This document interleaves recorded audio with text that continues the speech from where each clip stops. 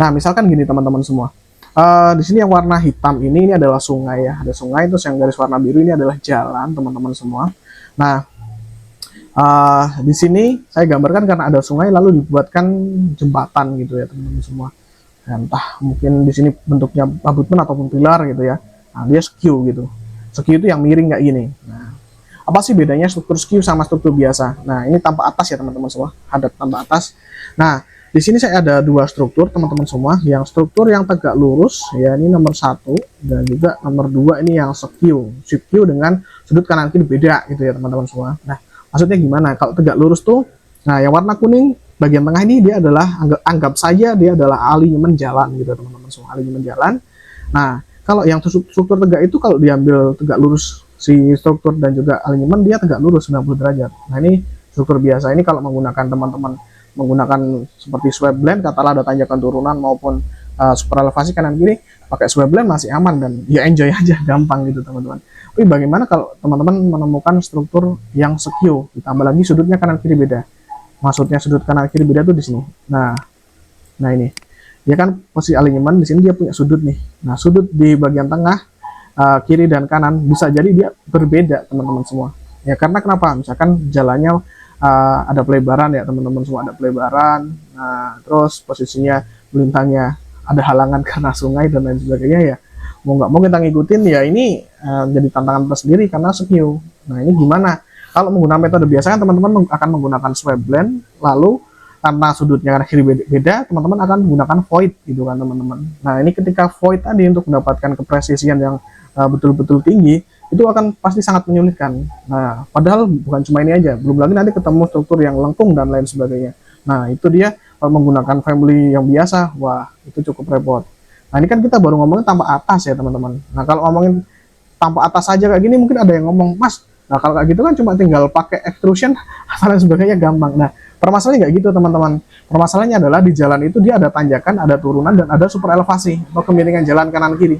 Nah, tadi dengan adanya skew kayak gini kanan kiri, ya teman-teman mau nggak mau pakai sweep blend tadi ya, dimana untuk mengakomodir daripada kemiringan jalan, habis itu dengan ditambah di void. Nah, namun ini pasti akan sangat-sangat menyulitkan.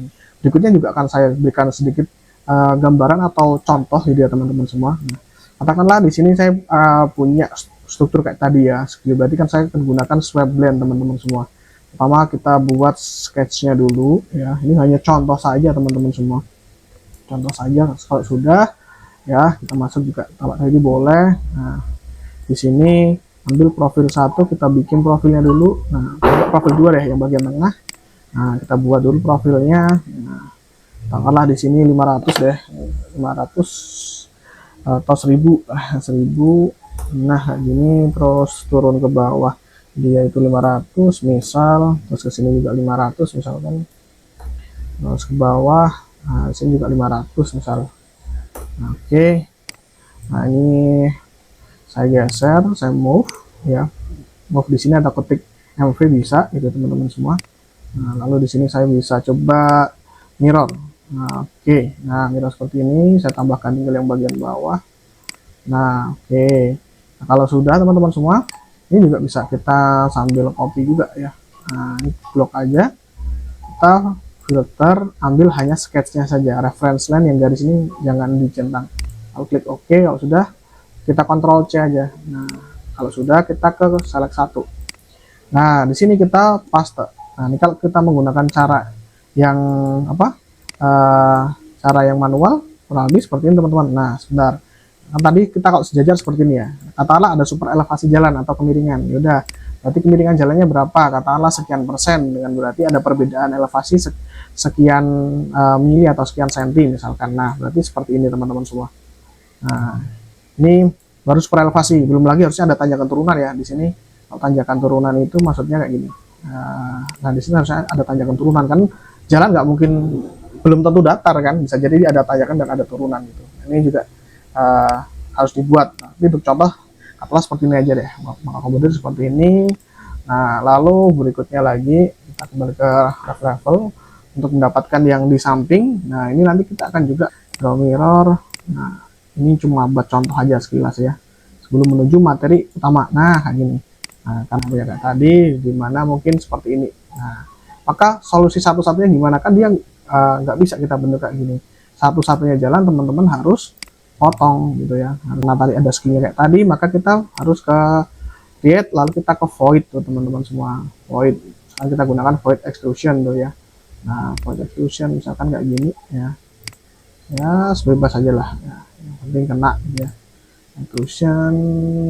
Nah, jadi seperti ini, turunkan ke bawah, lalu kita cut.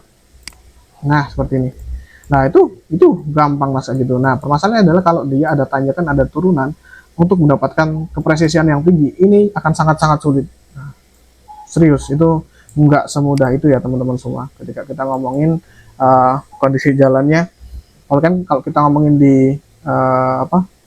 di posisi project, nah ini juga nggak kayak gini nih. Misalkan centerline-nya di sini lurus, udah ada ketentuan elevasinya gitu ya teman-teman. Ya sebetulnya bisa aja menggunakan metode ini, tapi menurut saya akan sangat-sangat rumit. Belum lagi nanti kalau ketemu posisi lengkung ya teman-teman semua, wah itu akan sangat menguras tenaga sekali teman-teman. Nah, bagaimana perbedaannya kalau kita menggunakan family adaptive? Nah, kita akan masuk family adaptive. Nah, kalau kita menggunakan family adaptive teman-teman, apa aja yang ada toolnya di sini? Ya, di sini saya akan sedikit jelaskan teman-teman. Di sini ada model, reference, dan plan. Apa bedanya? Nah, model itu untuk digunakan pembuatan profil ya. Saya akan ajarkan. Lalu berikutnya ada reference ya. Reference itu untuk pembuatan bentuk geometri ya secara langsung di dalam family.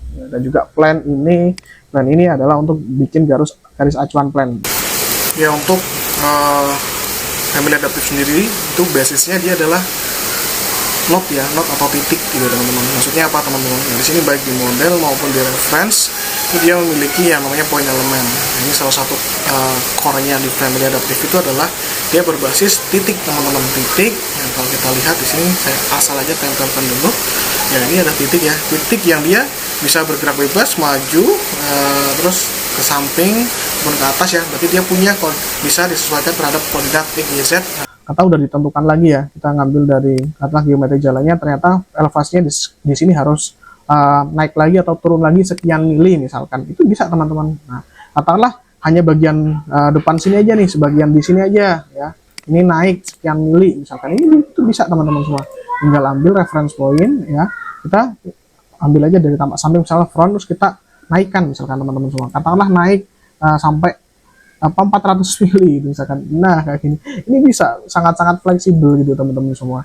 Nah, dia akan muncul titik ini teman-teman yang kita bisa naikkan, katakanlah naikkan sekian mili atau berapapun, itu bisa teman-teman. Saya ambil 1, 2, 3 misalkan ya teman-teman semua, seperti di sini. Saya move ke atas, katakanlah naik kayak tadi tuh 500 mili bahkan. Nah, ini sangat-sangat adaptif, applicable di project. Nah, ini salah satu powerfulnya menggunakan Revit metode adaptive model. Nah, kurang lebih demikian teman-teman semua pengantar singkat terkait Revit untuk family adaptive model. Jadi salah satunya kelebihan dia sangat adaptif, dan juga untuk memodelkan sesuatu bentuk geometri yang sangat sulit. Nah, ini sangat powerful sekali. Karena untuk family adaptive sendiri salah satunya adalah family yang berbasis node atau titik yang punya otomatis dia bisa bergerak bebas arah X, Y, Z maupun rotasi. Nah, ini salah satu powerfulnya untuk Revit adaptive model. Mungkin kurang lebih sekian teman-teman semua. Nanti kalau masih ada pertanyaan atau lain sebagainya, boleh nanti silakan kita boleh diskusi di sana. Terima kasih.